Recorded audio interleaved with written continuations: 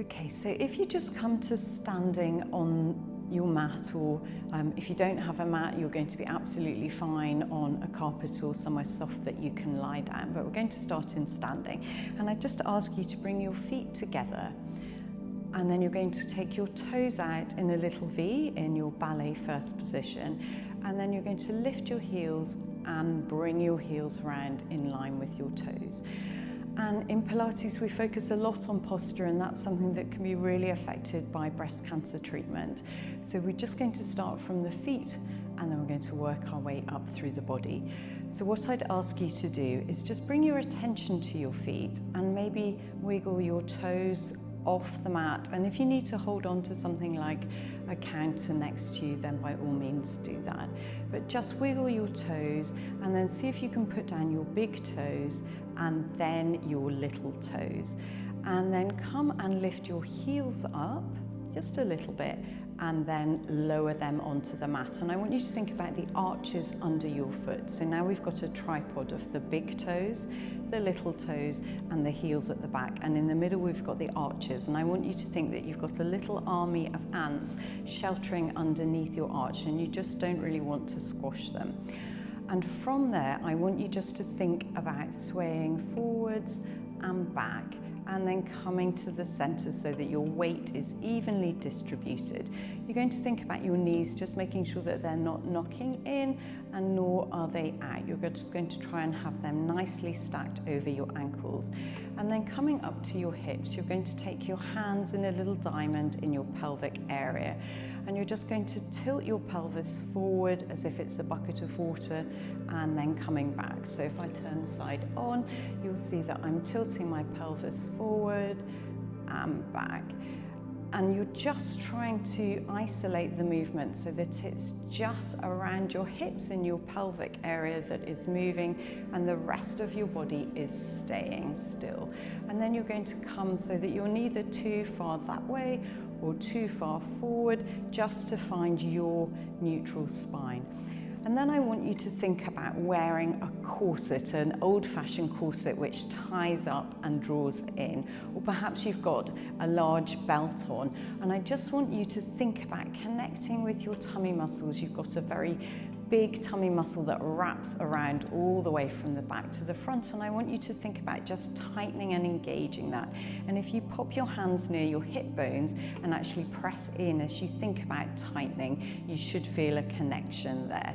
And if you're not feeling anything, you can also think about lifting your pelvic floor as you try to draw that tummy button in towards your spine. And in Pilates, we call that centering or setting your core. Then we're going to take your hands onto your ribs. We want to think about breathing deep and wide into our ribs. So instead of breathing nice and shallow in our chest, we're going to breathe into our ribs. So as we breathe in, we're going to allow our lungs to fill with air, spreading our ribs. Our hands are going to separate. And then as we breathe out, our hands are going to draw together, our tummy is going to come in, and our pelvic floor is going to lift. So let's do that a couple more times. We're going to breathe in through the nose, nice and wide. And then breathe out, lifting through the pelvic floor, drawing the hands together. And one last time, breathing in and breathing out. We're getting into our parasympathetic nervous system, our rest and restore, helping us to be ready for our practice. Then we're going to have a think about our collarbones. Very often we're sort of bent forward, whether we're looking at a screen or purely because you're sort of protecting yourself after sometimes some quite invasive treatment. So you're going to open up your shoulders, think about opening your heart to your practice today, and then rolling your shoulders back and down so that your collarbones are nice and wide. And then lastly, you're just going to think about tucking your chin so that your head is nicely aligned, as if I've got a string pulling you up nice and tall. And you've now set your beautiful Pilates posture. So the first thing that we're going to do is we're going to take one hand to the opposite ear if you're able to do that. If not, you can bring your hand more in front, and you're just going to gently pull your head, your ear towards your shoulder, and with the other hand you're going to make a fist and you're going to push down. As you breathe in and then breathe out, you're going to turn your head to look at the floor, feeling a nice stretch in your neck.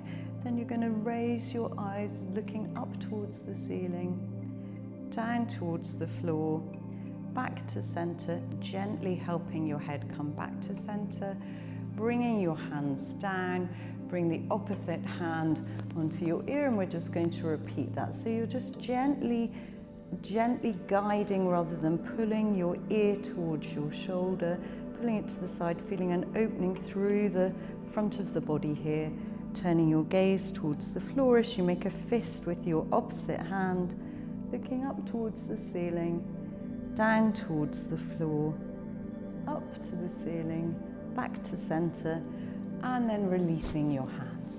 And now we're going to roll your shoulders back, 1, 2, and 3, and then if you're able, you're going to float your hands behind your head. If you can't take your hands behind your head, you're going to take them across your body, but see if you can reach your hands behind your head.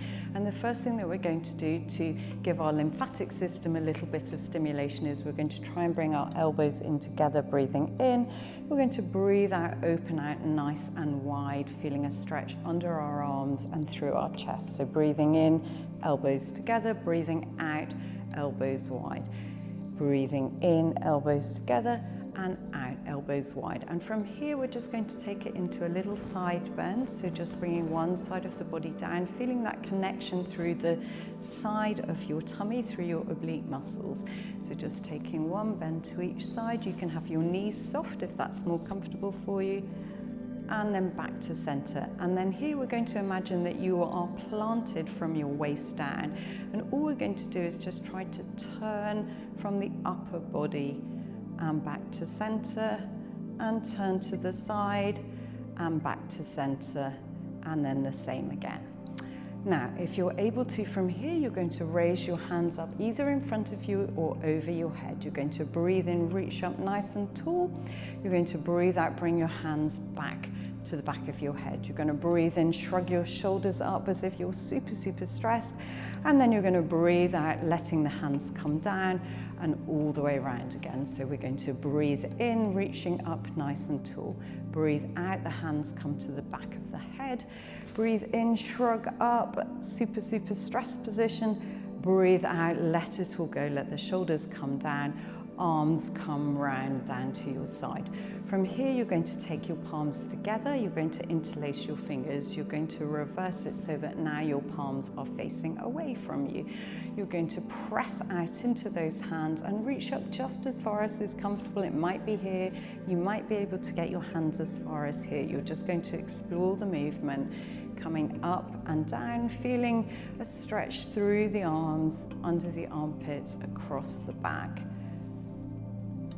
And then on the next one, you're just going to come to your highest point, and we're going to repeat that side bend, feeling a little bit more of a stretch down the side of the body. We're trying to create a bit of space around the muscles around our ribs. These can get very stuck and they can affect our shoulder movements. From there, we're going to do some little arm circles, our flamenco hands. Again, stimulating the lymphatic system. If you've got any neural pain, it's good just to reignite that connection, and we can scrunch the hands and just work up as if you're climbing up a wall, and then down. And then lastly, if we roll one shoulder, take your hand to the thigh, we're going to come around, soften your knees. You're now going to allow yourself to come all the way around, getting a bit more movement through your spine, restacking to center. We're going to repeat that the other way. The shoulder rolls back and down, tracing your hand down your thigh until you can't go any further. Then you're going to turn your gaze. You're going to come down. Now this time you're going to stay down. You've got your back slightly rounded unless you've got any spine issues, in which case you're going to have a straight spine and your knees more bent. And from here, all we're going to do is take a little mini cat-cow. So we're looking towards our tummy, arching and rounding through the spine, and then leading with our tailbone, pushing out. We're going to ripple through the back, vertebra by vertebra. Lastly, lifting the head and opening the chest. So rounding through the spine into our angry cat, and then coming out with our tailbone, looking up nice and tall. And then coming back to center. From there, we're just going to activate and warm up through our legs by taking a few little squats. So I want you to imagine that you're sitting back on a chair, weight evenly distributed through those feet, pushing the knees out, breathing out and in to come up. We just want to make sure that we activate through the legs. They also help support our lymphatic system. They're important for our stability. So we'll do 2 and 1. Then you're going to come and settle yourself, find your balance, hold on to something if you need some support. We're going to just do some little heel rises, coming up onto our toes and lowering down, activating our calf muscles. We'll do 4, 3, 2, and then we're going to see if we can hold it up, 1, and lower down. And now we're going to do some exercises on the mat. So to make your way to the mat safely, you're going to come and put your hands on your knees. You're going to bend down onto one knee, onto the other. You're going to walk your hands down your thighs, reach out, come to sit on your side, and then you're going to roll onto your back. And then I suggest that you lower yourself down with control and come to lie with your head on the mat. You may want a little cushion for support, your arms by your side. And from here, you're just going to set that neutral spine by rolling your pelvis forwards and back a couple of times. Imagine that you've got a Malteser and you're trying to get it to settle nicely in your tummy button. And then from here, what you're going to do is lift one leg up into tabletop and lower it down. And lift the other leg and lower it down. And as you lift each leg and alternate, I want you to think about the movement coming from your tummy muscles stabilizing, and that you've got a tray of drinks here on your pelvis and you don't want to spill a drop.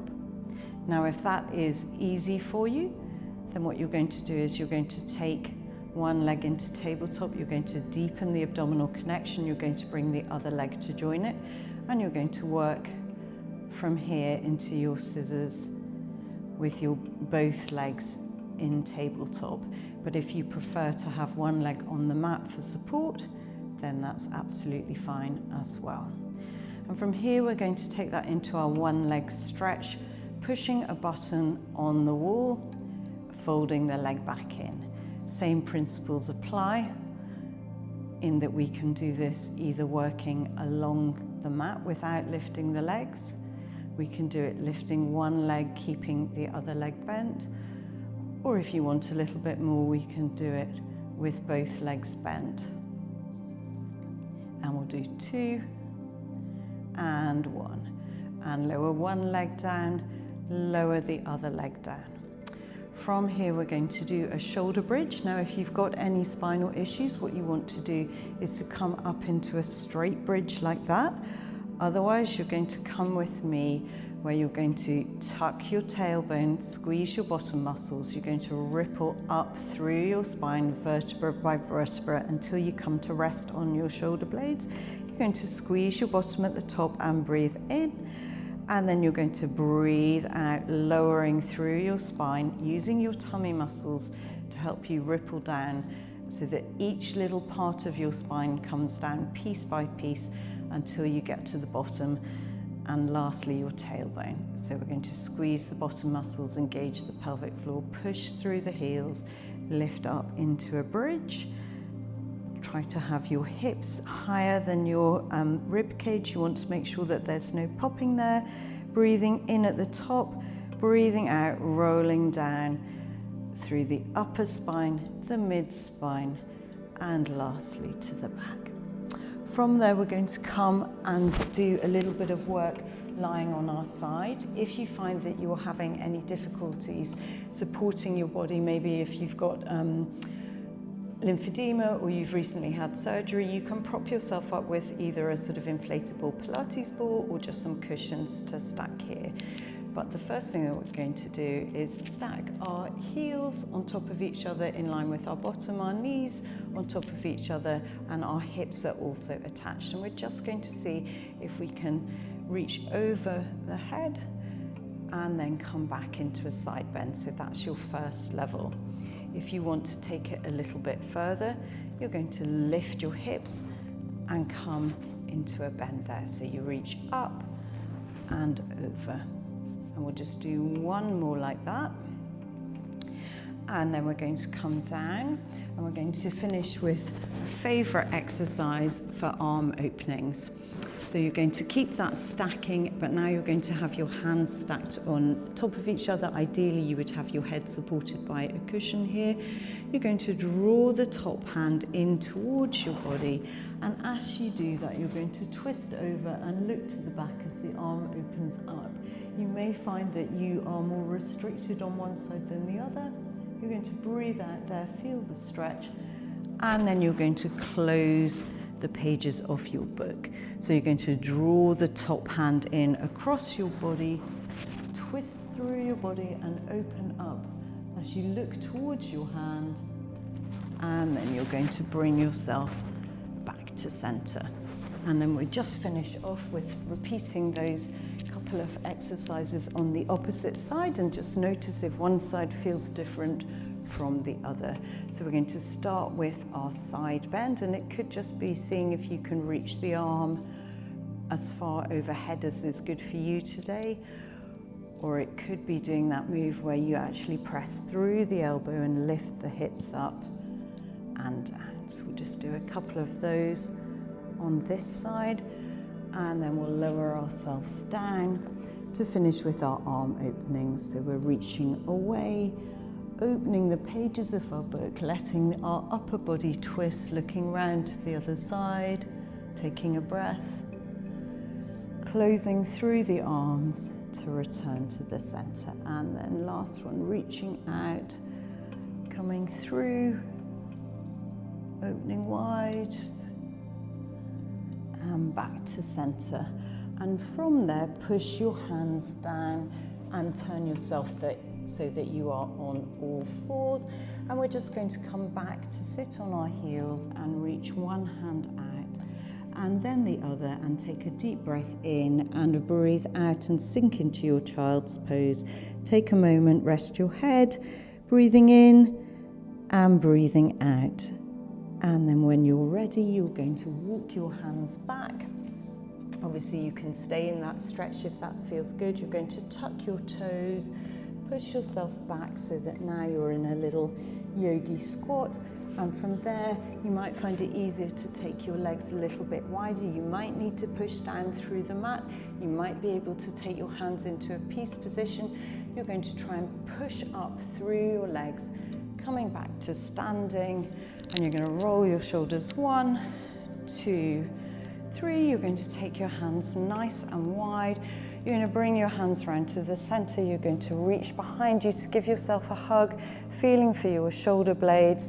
You're going to bring your hands back to the center, to your heart center, and you're going to thank your body for its efforts and its concentrations, and hope that it's leaving you feeling a little bit freer and a little bit more mobility.